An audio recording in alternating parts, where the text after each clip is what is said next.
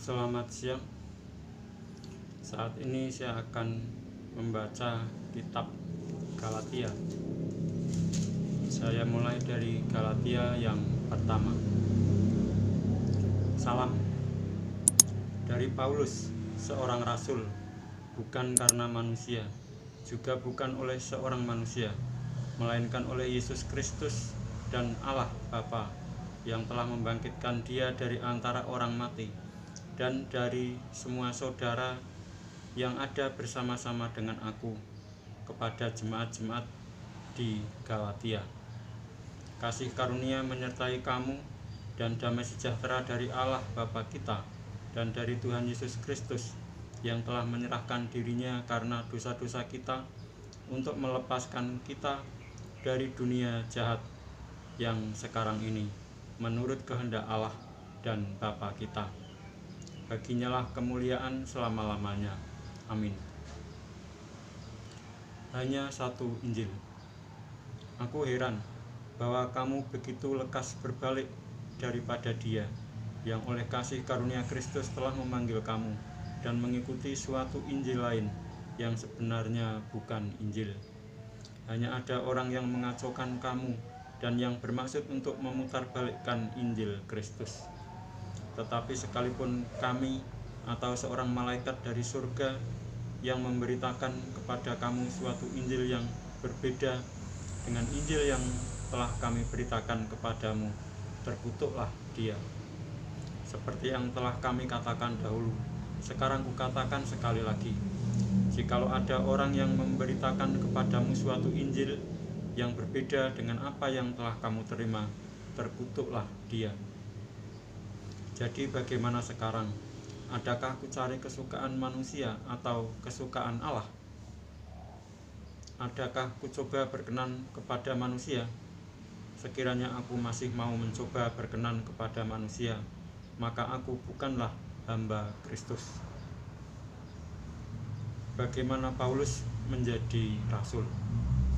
Sebab aku menegaskan kepadamu, saudara-saudaraku, bahwa Injil yang kuberitakan itu bukanlah Injil manusia, karena aku bukan menerimanya dari manusia, dan bukan manusia yang mengajarkannya kepadaku, tetapi aku menerimanya oleh penyataan Yesus Kristus. Sebab kamu telah mendengar tentang hidupku dahulu dalam agama Yahudi. Tanpa batas aku menganiaya jemaat Allah dan berusaha membinasakannya. Dan di dalam agama Yahudi, aku jauh lebih maju dari banyak teman yang sebaya dengan aku di antara bangsaku, sebagai orang yang sangat rajin memelihara adat istiadat nenek moyangku.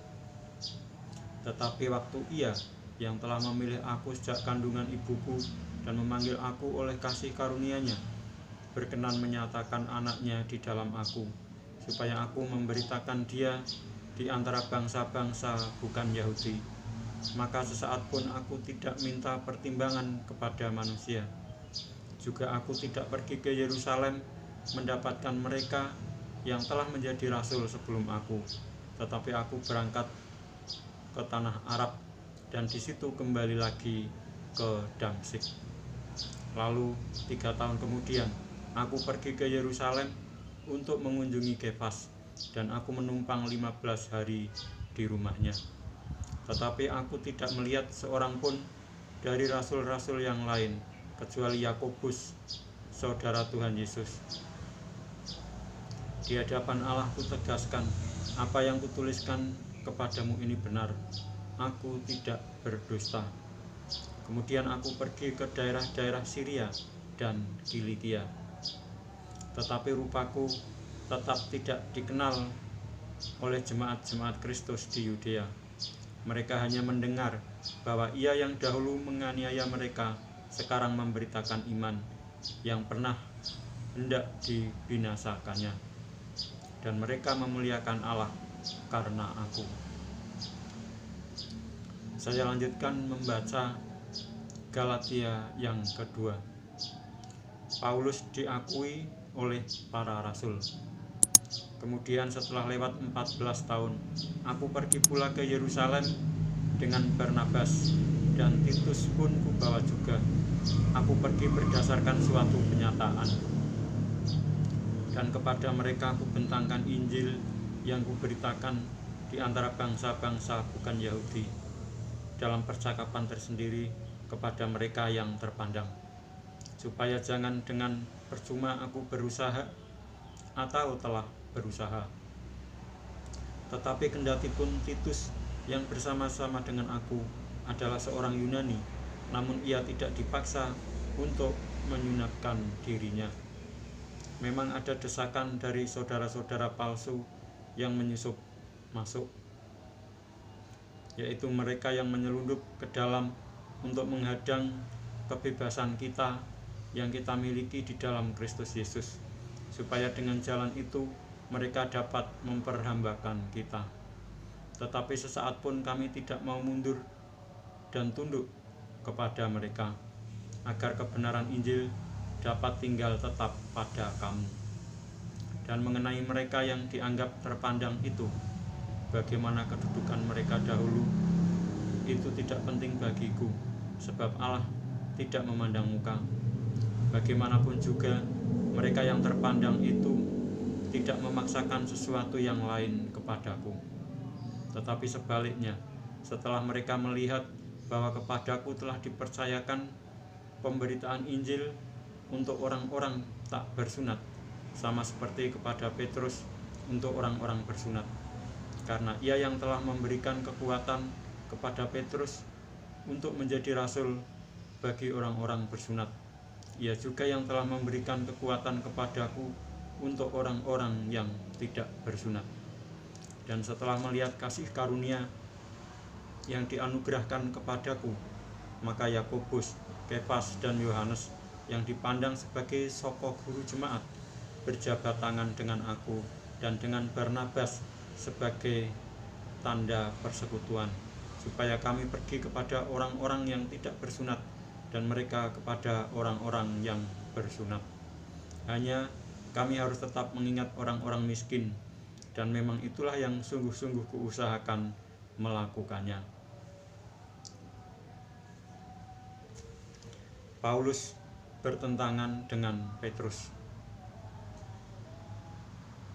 Tetapi waktu Kefas datang ke Antiokhia, aku berterang-terang menentangnya, sebab ia salah.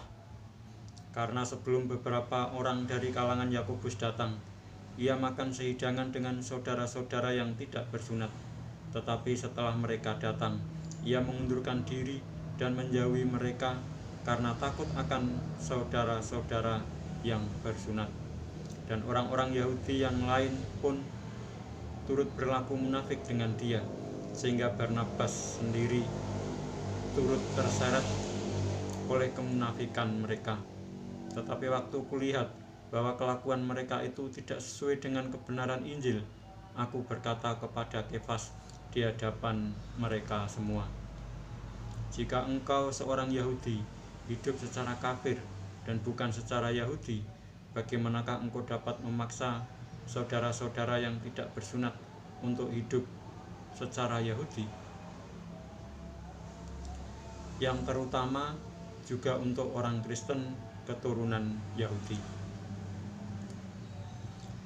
Menurut kelahiran, kami adalah orang Yahudi dan bukan orang berdosa dari bangsa-bangsa lain. Kamu tahu bahwa tidak seorang pun yang dibenarkan oleh karena melakukan hukum Taurat, tetapi hanya oleh karena iman dalam Kristus Yesus. Sebab itu kami pun telah percaya kepada Kristus Yesus, supaya kami dibenarkan oleh karena iman dalam Kristus, dan bukan oleh karena melakukan hukum Taurat. Sebab tidak ada seorang pun yang dibenarkan oleh karena melakukan hukum Taurat. Tetapi jika kami sendiri, sementara kami berusaha untuk dibenarkan dalam Kristus, ternyata adalah orang-orang berdosa, apakah hal itu berarti bahwa Kristus adalah pelayan dosa? Sekali-kali tidak. Karena jikalau aku membangun kembali apa yang telah kurombak, aku menyatakan diriku sebagai pelanggar hukum Taurat. Sebab aku telah mati oleh hukum Taurat untuk hukum Taurat, supaya aku hidup untuk Allah. Aku telah disalibkan dengan Kristus, namun aku hidup, tetapi bukan lagi aku sendiri yang hidup, melainkan Kristus yang hidup di dalam aku. Dan hidupku yang kuhidupi sekarang di dalam daging adalah hidup oleh iman dalam Anak Allah yang telah mengasihi aku dan menyerahkan dirinya untuk aku. Aku tidak menolak kasih karunia Allah, sebab sekiranya ada kebenaran oleh hukum Taurat, maka sia-sialah kematian Kristus. Saya lanjutkan membaca Galatia yang ketiga. Dibenarkan oleh karena iman. Hai orang-orang Galatia yang bodoh, siapakah yang telah mempesona kamu? Bukankah Yesus Kristus yang disalib? Saya ulangi, bukankah Yesus Kristus yang disalibkan itu telah dilukiskan dengan terang di depanmu? Hanya ini yang hendak ku ketahui daripada kamu. Adakah kamu telah menerima Roh karena melakukan hukum Taurat, atau karena percaya kepada pemberitaan Injil? Adakah kamu sebodoh itu? Kamu telah mulai dengan roh. Maukah kamu sekarang mengakhirinya di dalam daging? Sia-siakah semua yang telah kamu alami sebanyak itu? Masakan sia-sia? Jadi bagaimana sekarang? Apakah Ia yang menganugerahkan roh kepada kamu dengan berlimpah-limpah, dan yang melakukan mujizat di antara kamu berbuat demikian karena kamu melakukan hukum Taurat, atau karena kamu percaya kepada pemberitaan Injil? Secara itu jugalah Abraham percaya kepada Allah, maka Allah memperhitungkan hal itu kepadanya sebagai kebenaran. Jadi kamu lihat bahwa mereka yang hidup dari iman, mereka itulah anak-anak Abraham. Dan kitab suci yang sebelumnya mengetahui bahwa Allah membenarkan orang-orang bukan Yahudi oleh karena iman, telah terlebih dahulu memberitakan Injil kepada Abraham. Olehmu segala bangsa akan diberkati. Jadi mereka yang hidup dari iman, merekalah yang diberkati bersama-sama dengan Abraham yang beriman itu. Karena semua orang yang hidup dari pekerjaan hukum Taurat berada di bawah kutuk. Sebab ada tertulis, terkutuklah orang yang tidak setia melakukan segala sesuatu yang tertulis dalam kitab hukum Taurat. Dan bahwa tidak ada orang yang dibenarkan di hadapan Allah karena melakukan hukum Taurat adalah jelas, karena orang yang benar akan hidup oleh iman. Tetapi dasar hukum Taurat bukanlah iman, melainkan siapa yang melakukannya akan hidup karenanya. Kristus telah menebus kita dari kutuk hukum Taurat dengan jalan menjadi kutuk karena kita. Sebab ada tertulis, terkutuklah orang yang digantung pada kayu salib. Yesus Kristus telah membuat ini supaya di dalam Dia berkat Abraham sampai kepada bangsa-bangsa lain, sehingga oleh iman kita menerima roh yang telah dijanjikan itu. Hukum Taurat atau janji. Saudara-saudara, baiklah kupergunakan suatu contoh dari hidup sehari-hari, suatu wasiat yang telah disahkan, sekalipun ia dari manusia, tidak dapat dibatalkan atau ditambahi oleh seorang pun. Adapun kepada Abraham diucapkan segala janji itu, dan kepada keturunannya. Tidak dikatakan kepada keturunan-keturunannya, seolah-olah dimaksud banyak orang, tetapi hanya satu orang, dan kepada keturunanmu, yaitu Kristus. Maksudku ialah, janji yang sebelumnya telah disahkan Allah tidak dapat dibatalkan oleh hukum Taurat yang baru terbit 430 tahun kemudian, sehingga janji itu hilang kekuatannya. Sebab jikalau apa yang ditentukan Allah berasal dari hukum Taurat, ia tidak berasal dari janji, tetapi justru oleh janjilah Allah telah menganugerahkan kasih karunia-Nya kepada Abraham. Kalau demikian, apakah maksudnya hukum Taurat? Ia ditambahkan oleh karena pelanggaran-pelanggaran. sampai datang keturunan yang dimaksud oleh janji itu. Dan ia disampaikan dengan perantaraan malaikat-malaikat ke dalam tangan seorang pengantara. Seorang pengantara bukan hanya mewakili satu orang saja, sedangkan Allah adalah satu. Kalau demikian, bertentangankah hukum Taurat dengan janji-janji Allah? Sekali-kali tidak. Sebab andai kata hukum Taurat diberikan sebagai sesuatu yang dapat menghidupkan, maka memang kebenaran berasal dari hukum Taurat. Tetapi kitab suci telah mengurung segala sesuatu di bawah kekuasaan dosa, supaya oleh karena iman dalam Yesus Kristus, janji itu diberikan kepada mereka yang percaya. Sebelum iman itu datang, kita berada di bawah pengawalan hukum Taurat dan dikurung sampai iman itu telah dinyatakan.